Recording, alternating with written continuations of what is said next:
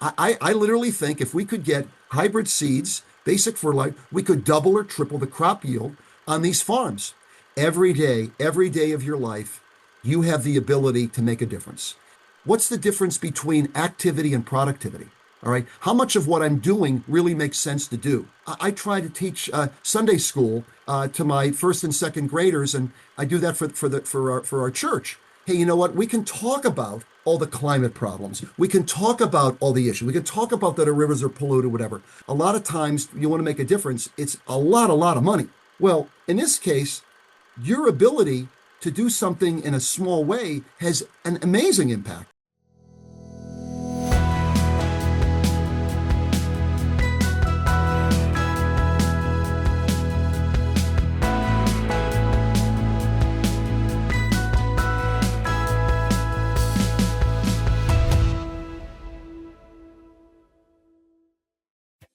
Hi, I'm Greg Voisen, the host of Inside Personal Growth, and it gives me a great pleasure to introduce to you one of our sponsors today, Thais Gibson from the Personal Development School. Now, your personal attachment style is one of the most powerful forces in your life. It shapes your relationship, your self-worth, and your beliefs. What if you had the power to become securely attached? You'd be able to build stronger connections and heal any relationship. Attachment expert Thais Gibson from the Personal Development School has pioneered a transformative, practical approach that will change your relationships forever. The first step, discovering your own attachment style.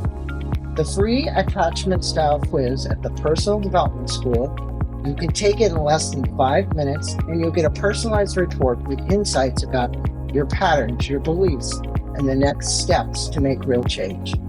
Don't miss out. Check the show notes below for the link and start your journey today. Well, welcome back to Inside Personal Growth. This is Greg Voisen, the host of Inside Personal Growth. And joining us from Chicago, Illinois, on the other side of the country, I'm here in San Diego, is Harry Kraemer. And Harry is right there. And this book, he's got many books, is Your Values-Based Legacy. Good day to you, Harry. How you doing? Great to be with you, Greg. Well, Nice to be in Chicago. it's great to have you on the show. I've been looking forward to this interview, and I know my listeners are going to basically love what you have to say. So let me let them know a little bit about you, okay? Um, we're going to explore some transformative ideas for personal and professional growth, and we do that on this show all the time. But today, Harry is basically a distinguished leadership expert. He's a professor at Northwestern University Kellogg School of Management, and he's a former CEO of Baxter International. He's the author of several influential books. I want to let my listeners know. So we'll put links to those as well, including From Values to Action, Becoming the Best, and Your 168. Which have collectively shaped the course of this book, Values-Based Leadership. This latest work, which we're going to explore today in this interview, he delves into how we can lead lives of purpose and create enduring positive impacts. So I just want to dive right in here with you, Harry, because the reality is that I know for many people, when they reach a certain age, and I'm finding this is happening earlier and earlier, they want to make a difference in the world. They want to have something happen. And your book is loaded with just incredible stories about people who've made differences. And I want my listeners know that that's a big part of this book because storytelling, and he's an expert at it, in this book is incredible. And the pictures, there's pictures in there too. So you address what you reference as your values-based journey, meaning Harry's values-based journey. Can you tell the listeners and viewers a little bit about the journey and how you came to write the current book? And I'd like you to include the story about Stone Soup and the poem by Linda Ellis called The Dash. because those two stories really are good stories. Yeah. Well, Greg, it's great to be with you, and I appreciate your kind comments. Um, I was very fortunate, Greg, because when I was a young fellow, because I really do believe so much of this starts from the legacy that other people have left for you and what you've heard from your parents and your grandparents. And when I was a young fellow, my grandfather, who was from Queens, New York, he'd walk me around Central Park and you'd see all these statues, and I'd say, well, boy, oh boy, it looks like a lot of them are warriors and so on. And I said, why is there always war? And he said, Harry, in the past, it just seems like people have a very difficult time really focusing on other people, that they get caught up on themselves, they get caught up on power and what matters. And we need more people to really think through. We're on this earth for a very, very short period of time. He said, hey, Harry, I don't feel much different. You're 7 or 8 years old. I don't feel much different than when I was 20, but I'm 85 years old. And Harry, it goes very, very quickly. And you better start thinking really early. What kind of difference do you really want to make? And what are you waiting for? And that had a very big impact on me in a very, very big way. And it's very easy, as you know, Greg, to get caught up on, oh, I need this, I need that, materialism. And, another example, when I was a young fellow, and I may have mentioned this in the book, my father made this comment to me, and I don't know if he made it up, Greg, or was his own, but he said, Harry, have you ever seen a hearse go into a cemetery with a U-Haul attached to it? I'd say, what's that? He said, Harry, it seems like 90% of I know, they must think all this stuff that they're gathering is going to go with them when they die, or they must think they're living forever. Because if you know you're not living forever and you can't take it with you, Harry, look at Grandpa. They're trying now to get rid of all this. Didn't they realize when they were 50 to 30 years later, they'd be 80? And I thought, yeah, let's take the time to put this into perspective. Well, and you and I can put it in a little perspective because I'm 70 years old. Yeah. So, and I think you said you were 70 as well. Is that right? I'm turning 70 in January. I don't feel much different than 30, Greg, but I Right. know. Right. I'm And so you do begin to look at your finitude. You do begin to look at what's important in life. You do begin to say, how am I going to make a difference? And you address early influencers in life. You talk about these influencers, your grandfather, all kinds of influencers that you had. yeah. Can you tell us about the early influencers in your life and how this led to you supporting? Now, I know how this 1 Acre Fund came about, but designed to eradicate poverty and hunger. Because if people want to go to your website, they can just go to harrykraemer.com and we will put a link to that. I think it's .org, I think. .org. Okay, sorry. .org. And we'll put the right link up there for them. Yeah. But these influencers, when you look at how people built stories, told stories to you, teachers that taught you, grandfathers that taught you, mother and fathers that taught you, business associates that taught you, you had lots of influencers, which led you to where you are today, which is this strong support of the 1 Acre Fund. Yeah. Well, Well, tell us a little bit about that. Yeah. So Greg, you're right. So if you're fortunate to have people, and maybe it's relatives, maybe it's friends, maybe it's somebody you met in college. But I can remember people saying, oh my goodness, we have all these issues in the world. We have global poverty, global healthcare, digital divide, the environment. Who's going to deal with all this? And I always tease Greg that there seems to be this famous group of people out there called those guys. No, we are those guys. I mean, and it's a gender neutral term for me, right? I mean, we are the women, every man and woman, we ought to be able to do this. And I'm always encouraging people to say, hey, are you watching the movie? Are you in the movie? I mean, do you want to talk about the issue? And by the way, Greg, I'm concerned about this. I'm concerned. Are you going to do anything about it? Okay. And if you remember, I think it was at a book that we've all read when we were younger, right? It was at Steve Covey, The 7 Habits of Highly Effective People, where he said, they're at this big circle of concern. I'm concerned about everything. And then the circle of influence was this little dot. And he said, you know what? Maybe we ought to make this circle of concern small enough that the circle of influence covers almost, because if we can't influence it, what are we doing? And you mentioned this 1 Acre Fund. It's a great example where, in talking to my students, you are those guys. There was one student at Kellogg. He actually took a trip to Africa and he came back. And one of his comments that he made to several other professors was, you know what? I can't get over the fact there's 8 or 900 million people in the world, Greg, that aren't eating very well, and they're farmers. I mean, how does a farmer starve? That doesn't even make a lot of sense, okay? And he said, you know what? I'm one of those guys. I literally think if we could get hybrid seeds, basic fertilizer, we could double or triple the crop yield on these farms. And so rather than taking a Kellogg type of a job in New York or whatever, he ended up moving to Kenya. And he's been there now, I think, for 16, 17 years. Here's sort of the stats on this, Greg. They've doubled or tripled the annual crop yield on 4 million farms that has saved the lives of 10 to 12 million children. And I don't think he's coming back. He's got a great team of people, and they're really making a difference in the world. You know, again, you can either watch the movie or you can get in the movie. Well, it's a great compliment to you to have had this student who literally was taking a class from you, and you've influenced him enough to do that. And that leads me to this.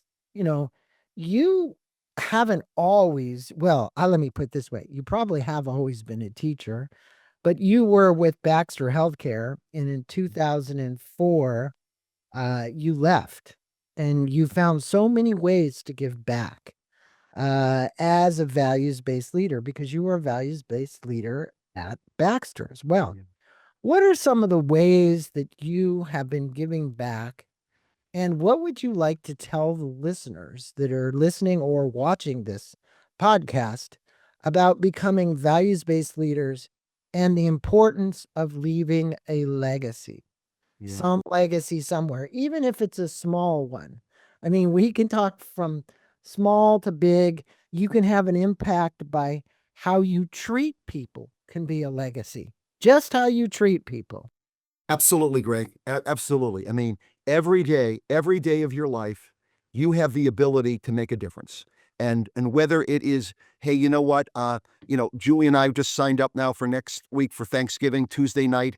There's a soup kitchen that we can stay for a couple of hours. And you say, oh, geez, what? You get enough people doing that in enough cities and demonstrating that we truly do care for one another, it has an enormous impact. And you set an example for everybody else. One of the stories I mentioned in the book where, there was a young fellow, he was walking into a supermarket, and there was an empty crate where they were saying they're looking for coats for the winter. And it was like, there was one coat there, and it was like, what can I do by putting one coat in? Well, he put a couple in, and the next week he came in and the thing was overflowing, absolutely overflowing. And it's sort of like, just get started. Make it small. It doesn't have to be money. It can be your time. It can be an effort of your talent, of literally showing people that you really care. And to your point also, Greg, do you live your life that way? I mean, some people will be, in a big company. I was fortunate to be at Baxter. I started out as a junior analyst and never ever dreaming I'd end up being the chairman and CEO. And people say, oh, what was that like to have 55,000 people? Well, you got this powerful job. And it was like, no, I'm literally going to be a teacher. I'm literally going to, I want to be, my goal, I want to be a positive influence on 55,000 people in terms of how they live their life. Well, you had a huge influence, and you had someone who influenced you. And I want to say to the listeners, they know that I have a nonprofit called Compassionate Communications. And as you were speaking, I give away these jackets this time of year that are jackets/sleeping bags. So they're both. They're made by an organization in Michigan, and they convert from a jacket into a sleeping bag. It's really Wow. cool Wow. thing, right? And so I go out on the streets, and that's partially what I do. And I team up with another nonprofit. But you had this gentleman in your life by the name of Bill. Now, this is an amazing story because Bill didn't have a lot, No. right? He wasn't like super knowledgeable, didn't have all these degrees. And I read the story in the book, and it really got me thinking about how anyone can have a positive impact and leave less legacy.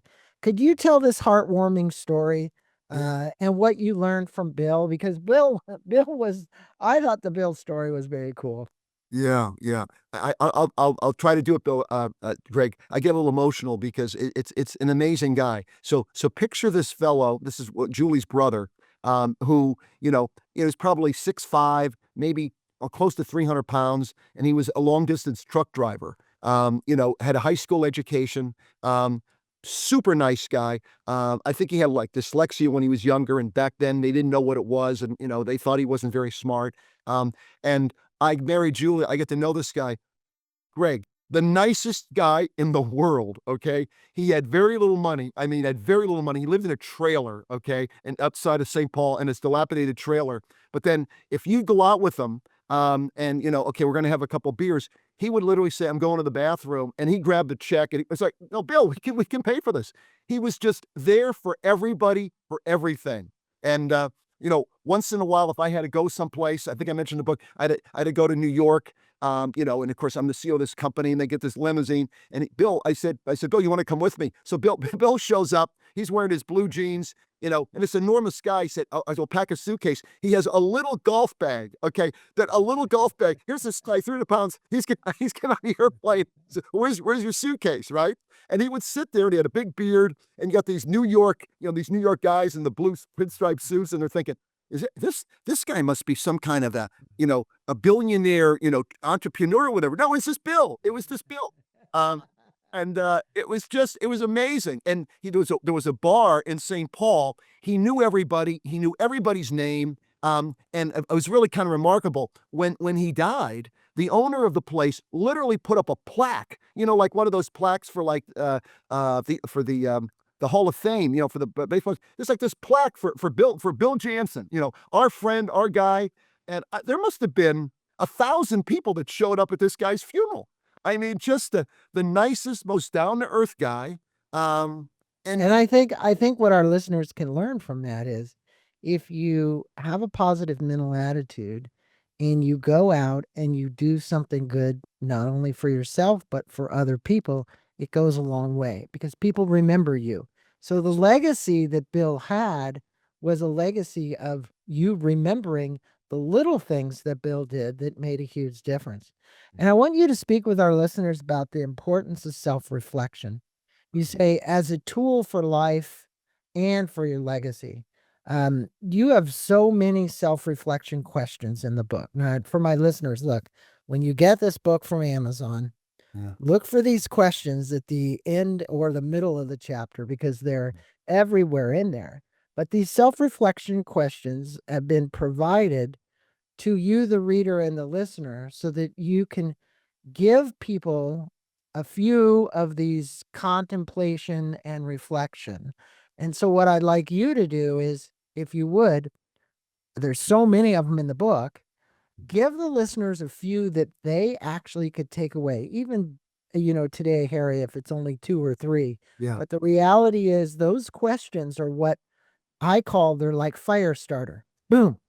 You have to get going. Sometimes you can't get going because you need to have the question asked of you, right? Yeah. So Absolutely. what would you tell our listeners about Yeah. some of those self-reflection questions? Yeah. So Greg, perfect. And so what I do is I take a step back a minute because some people may be thinking, well, you know what? Why do I even need to bother? What's the whole purpose or whatever? So I take a step back, Greg, and say, all of your listeners, I gotta believe if they stop for a moment, they realize they've got at least 2 or 3 times the number of things they like to do than they're ever going to get done. And so immediately we'll just go faster and faster. This is where we multitask, right? And then they grab these devices, right? It's sort of like, well, that'll help me go faster. Well, take a minute to think about what's the difference between activity and productivity, all right? How much of what I'm doing really makes sense to do? What really matters? And what I advise people to do in the class, my talks, whatever it is, in the books, is, wait a minute, maybe the first thing I need to do is to slow down for a few minutes. I don't have a lot of time, but slow down for a few minutes and ask some fairly basic questions.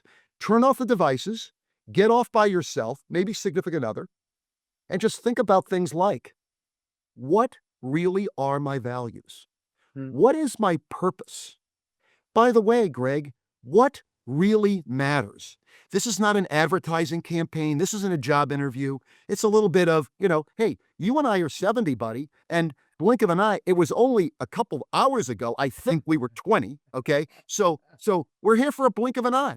And if you're here for a blink of an eye, how much of what I'm doing really does matter. I mean, how many hours do I really need to spend on social media? How many hours do I really need to watch television? And if somebody says, boy, I'd really like to think about my purpose. I'd really like to think about what impact do I want to have on my children, but I don't have the time. You don't have the time? I don't know. You seem to be spending hours streaming something that has no significance whatsoever, right? So this whole idea of, wow, and why is this important? For anybody who wants to impact other people, Greg, anybody who wants to impact others in any type of way, everything around leadership literally starts with this. And people say, oh, wait a minute, no, I don't, why is that? I said, well, think about it this way. 3 steps, Greg. If I'm not self-reflective, is it possible for me to know myself? I don't think so. If I don't know myself, how could I possibly lead myself? I don't think so. And if I can't lead myself, how could I lead others? How could I influence others? So this self-reflection piece, Greg, in my mind, is the key to absolutely everything. Now you can start to say to yourself, I love your comment. It's like a fire starter. Now I can actually stop and say, what am I doing? Why am I doing it? Right. And so, look, for my listeners inside the book, you will find this in many spots. He just didn't put it in one spot, it's in quite a few spots, and it's important.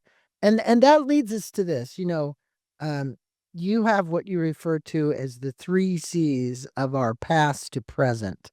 Yeah. And I think these 3 C's are important. Can you address the C's, which I'll just say for my listeners is connections, community, and choices? You were just talking about choices, whether we watch TV, whether we listen to that video of whatever that's on the internet, or our choice to do something different. And I will tell you, it doesn't take that much sliver of a time to make a difference. You literally can still do those other things and make a difference, right? We're not saying denying you the enjoyment of your life or the pleasures of your life. What we're saying is, why don't you add something really cool to your life? So Bingo. speak about the 3 C's. Yeah. So you got connections, community, and choices, as you said, Greg. And connections is literally looking around and saying to yourself, okay, are there things or people that I know that I actually think I could make a difference in their lives? They may be searching for something, and do I have the ability maybe to take a little time with them and actually figure out, based on where they are, the connections that could help me connect with other people and to really make a difference? And whatever community that you're in, right? That community could be your home, it could be your neighbors, it could be your church, your religious institutions, it could be where you're working. And in those areas of community, where do you see a possible need? Where do you see you could make a difference? And an awful lot of it really does come down to your ability to realize you can be an enormous example for other people, right? There really is an exponential impact of people seeing what you do. I mean, Greg, there was a time when, I happened to mention to people when I was at Baxter, they said, oh, Harry, what are you doing on the weekend or whatever? And I said, well, I try to teach Sunday school to my first and second graders, and I do that for our church.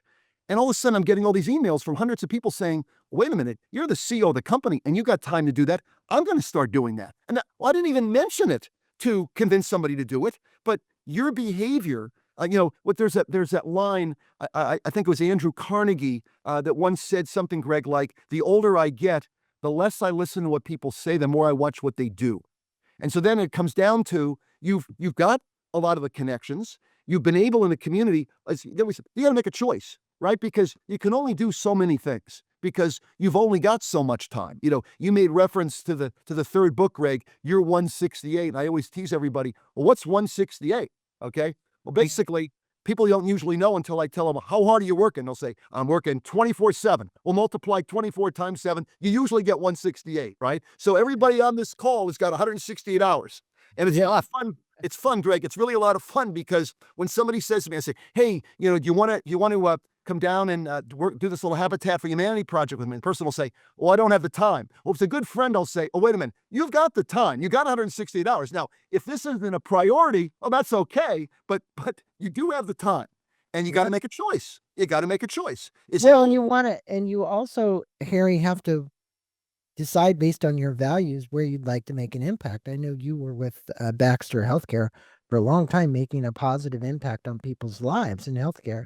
And I had a doctor recently, very, very good friend, Dr. Steve Behrman, approached me and said, will you help me with this noetic medicine initiative that's being led by him and Dr. Andrew Weil?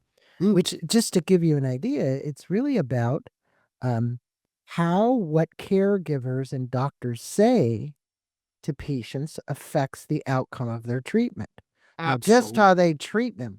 So I literally got behind this initiative and I've started the campaign to raise $20 million that will then go into the research to say, hey, and you know this because of Baxter, placebo, novivo.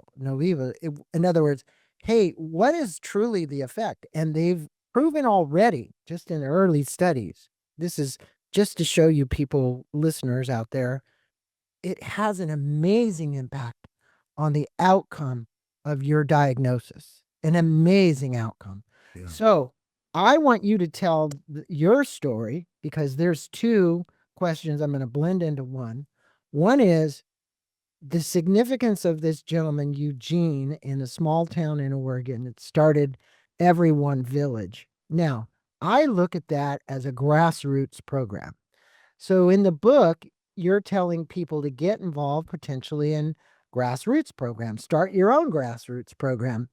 My charity was grassroots. I'm the charity. I'm basically it. I'm the one that filed for the 501c3 and I go out and give money to the homeless. That's about as grassroots as it gets. But the question then is, um, how would you leave our listeners who maybe want to start something but don't know how to start or get involved with something but have this trepidation or fear about getting involved with doing something grassroots? Because I want you to tell the Everyone Village story because you put tons of pictures in there. They were great. Yeah. And then I want you to talk about, you did another one about helping the river get clean. I mean, you've got so many great stories in your book. But if you could just tell those two stories, I think that'd be great. Yeah. Well, the second one quickly was, people that I knew that were in Oregon that said, hey, you know what? We can talk about all the climate problems. We can talk about all the issues. We can talk about that our rivers are polluted, whatever. Or we can say, well, wait a minute. You know what? What if I, on a Saturday, just go out there and start getting some people who know more than I do and figuring out how can we clean the rivers? How can we move some of this brush that's in the way of where the river's flowing so that it can actually be moving? How can we make sure and understand how everything we're doing is going to impact not us, but our children and our grandchildren? And you got people that, like Binning was just a few people. Now it's hundreds of people, a lot of good friends of mine on a Saturday morning. It's a Saturday morning. Hey, instead of going out to play golf, it's not something I have to dedicate a tremendous amount of time to, but I can actually see how we're cleaning the river, how we're cleaning up the community, how we're making a difference.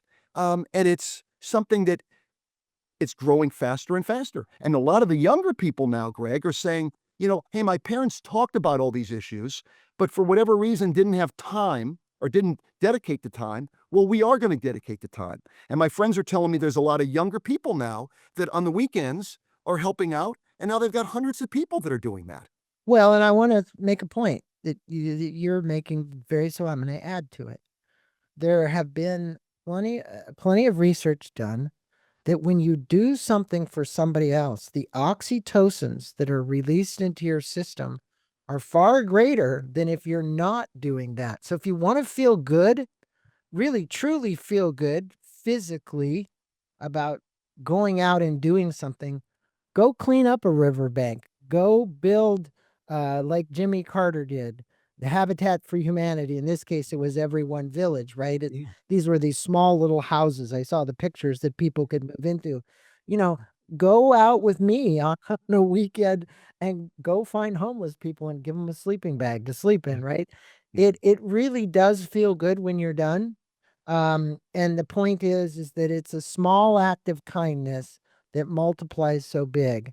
I love this story that you told about being aware, because we know in this country this is a big deal, the opioid drug overdoses. Yeah. And you tell this story about Christopher Wolf and the Christopher Wolf Crusade. Yeah. And his mom, Cammie, started with this, wanted to impact of what they call life care specialists in 6 hospitals in Georgia.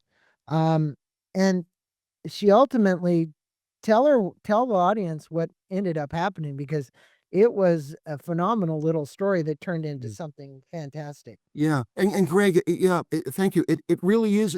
I love what you said, because one of the key things is you say, "Oh, I'm really busy. I got a lot to do. Oh, you know what? Maybe I should do that too," without realizing, to your comment, it and just increases your happiness, increases, you get the most benefit out of it, right? I mean, I get so much benefit of teaching leadership in a world you and I are living in now, with all the polarization, to have a small impact on people that are going to hopefully move things in a much better direction than where we're headed now. I mean, your ability to make a difference, it just gets you excited. It makes a difference. And in the case of Cammie, the beauty of this story was, here's a woman who has a son who's got goes through a serious illness, ends up on opioids, and ends up with an addiction and dies. And it would have been unbelievably easy for this lady, woe about me, and this is terrible, and just worrying about herself. And she said, wait a minute, I can either do that, or I can be one of the people making a difference in the world. And she did enough research to realize something, Greg, and even in healthcare for 40 years, I didn't realize that in medical school, these students have to learn so many things about the body and everything else. They spend almost zero time on pain management. And that's why, Greg, if you go to a doctor and you got pain, oh, here's some pills, as opposed to, wait a minute. What if we give better physical therapy? What if we actually took people for a walk? What if we literally did a little meditation? Okay. And she's created this ability now, as you correctly said, in these hospitals to say, hey, let's have a pain management person there, so that maybe we can give a lot less drugs. Maybe we can keep people a lot healthier. And I view her as an example, Greg, of that comment of, you know what, we can watch the movie. We can talk about how bad things are. We can actually do something about it. Or we can be in the movie. We can make the movie. We can be. We can Absolutely. make it. It's interesting you say this, because coming up actually today, and so for my listeners, I'm going to hold this up because I think this is very cool because of what you just said. This is a book by a doctor, super psyched, 4 types of connection. He's speaking mainly, Harry, about the loneliness epidemic. And the reality is, we know that people who are shut in, people who are lonely, it creates higher levels of disease. It creates a higher levels of psychosis, challenges that people have. We need to actually, as you said, go take somebody on a walk, go do something, let them speak, understand, let them be heard, find out what's going on with them, offer some help and assistance and advice if you can. So these are all small things, but this led to this Christopher Wolf. She ended up getting $1 million grant. And that was a huge deal. And I really want to thank you for telling that story, because that's a big one. Now, I want to circle back, and there's 2 things I want to kind of finish up our interview with. This young man who was in your class, Andrew Yoon. Andrew Yoon. Yoon. Yeah. He's the one who started the 1 Acre Fund, right? Yeah. And you have gotten incredibly involved in the 1 Acre Fund. It's at your website, harrykraemer.org. Just for all my listeners, make sure that's right. He was your student, and as you said, 17 years now doing that. Can our listeners go to 1 Acre Fund, or just go to harrykraemer.org to make a donation? Sure. To your nonprofit or to this nonprofit? Yeah. Oh, thanks, Greg. Yeah. If they go oneacrefund.org, oneacrefund.org, they can do that. And I think it's something now, like something every $150 is enough to help another family get the right fertilizers and basic seeds to make an impact on their lives, and they can actually double or triple their crop yield. I mean, I found it so fascinating that I realize a lot of times you want to make a difference, it's a lot of money. Well, in this case, your ability to do something in a small way has an amazing impact. And with the first book that you made reference to, what happened with me, Greg, was when the first book, I didn't even realize it until the first book came out. But when I realized the first book is called From Values to Action, I called him in Kenya and said, you know what? You're the best example I know of from values to action. So when I'm not teaching and I'm not on boards, originally I said once a month, I will do leadership talks, and all the proceeds from my talks, the speaker fees, and all the proceeds from the books, all is going to go to the Winnicott Fund. I'm going to do one a month. Well, Well, I'm gonna make a donation, and I want to give you a referral. I have a friend here in California who is creating a documentary about the Land Institute in Salina, Kansas. Hmm. Now, it's run by a man who believes that how the soils are cultivated in our country are making such a huge difference. Now, this is an amazing institute, and it is changing the yield of the crops. So I'm going to put you in touch with Michael Johnson, the one who's Perfect. making the documentary. Yeah. And so that you could bring this knowledge to Kenya. Fantastic. This is a phenomenal thing. Believe me, when we go offline, I'll tell you more. Yeah. But, I want to kind of sum up the interview with, you kind of come all the way to the end of this book and you show these great pictures of Gallagher and the Gallagher Foundation. And it's an example of how legacy can live from generation to generation, right? So, I think most people are saying, okay, well, if I leave a legacy, how long will that last, right? I know a lot of people out there that listen. Some of them have family offices, right? And a family office is a very wealthy family. They're trying to have these things perpetuate from generation to generation. We find some businesses will last 3 generations, sometimes 4, but not usually much more than that. So, what would you want to leave the listeners with about how to make a difference at every age and every phase of their life? Yeah. So, like we said before, Greg, I think you want to start early. I think you want to get, if you say, oh, I want to be a good person, I want to make a difference, but I better do that later when I got more time. Well, as you and I know, you don't have more time as you get, there's other things to do. So you want to start early. And then I think you want to get your children involved. If you're blessed to have grandchildren, you want to get them involved.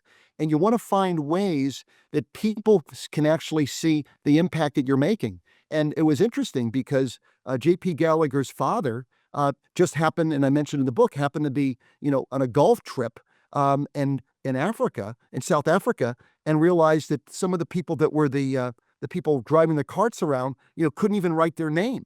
And he said, you know what? I think we're going to start some scholarships, and we're going to do that. And then he said, I'm going to set up a small foundation to do that. I'll get people to contribute. And he passed away. And then JP and his sister said, we're going to continue this. And they've already got their children and their grandchildren involved in it. And when you can see the difference that you're making step by step around the world, you know what? We're no longer watching the movie. We're in the movie, or as you say, we're making the movie. And I think when people may say, well, I don't have very much money. I think money is a very small part of this. Your effort, your time, your focus, the example you set can ignite the world, and you can make a difference no matter where you are, at every age or whatever phase of life you're at. Yeah, no, Harry, you're absolutely right. I mean, people say, can they make a gift, meaning in a donation of money? That's actually probably the easiest one. Yeah. The most difficult one for most people is time. Yeah. So it's your time, your treasure, and your talent. Absolutely. Right? That's what we always say in nonprofits: Yeah. time, treasure, and talent. Well, I have talent. I know something I could lend, right? Which is important. Treasure, it's cash. And time is, are you going to work on the front lines? You can actually go out with Jimmy Carter and bang some nails and put up some Habitat for Humanity. Well, and as you said also, Greg, you can actually have a lot of fun doing it. When the first book came out, From Values to Action, and I called him and I said, I'll tell you what, I will try to do a talk a month and do it. Well, guess what? I've got into this. There is a need for people to know more about value-based leadership. I love doing it. And so instead of once a month, I've averaged, Chief, 2 a week for the last now 15 years. I think my talk with you today is my 1,583rd talk on any aspect of this. And to me, I love doing it and we make an enormous difference on now your listeners. And the more people we can get involved, without realizing how big of a difference this can make. Well, I'm going to read a little quote from the back of the book, and you and I talked about this gentleman, Greg Case, CEO of Aon PLC. And it says your values-based legacy is required reading for anyone seeking to understand what it means to build a compelling legacy. Both a philosopher and practitioner, Harry offers powerful guidance at every point of our lives. My most valuable, empathy, meaningful legacy starts at the beginning and never stops, far from being an end of my career phenomenon. I think the most important thing here is, you can leave a legacy. It's not that difficult, folks. It's surprising the charities that have started from people from just an idea that they had and have blossomed and have been here for a long time. So you are actually helping people. You're bringing this in front of them. You're making aware of it. And so even if you don't want to start your own, go get involved with another one.